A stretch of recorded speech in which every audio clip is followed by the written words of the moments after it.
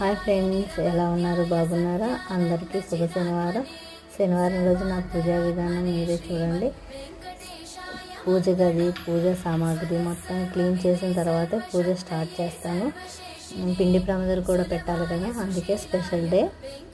సమాజంలో మంచి చేసేటప్పుడు 100% దేవుడు చూస్తాడు అని నమ్మినప్పుడు, చెడు చేసినప్పుడు కూడా 100% మనల్ని చూస్తాడు అని నమ్మాలి కదా.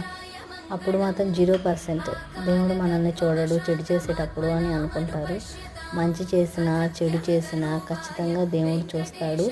కర్మఫలం అనేది ఒకటి ఉంటుంది. మంచికి చెడుకి కర్మఫలం అనుభవించి తీరాల్సిందే. కర్మఫలం అనేదాన్ని తప్పించుకోలేము అసలు.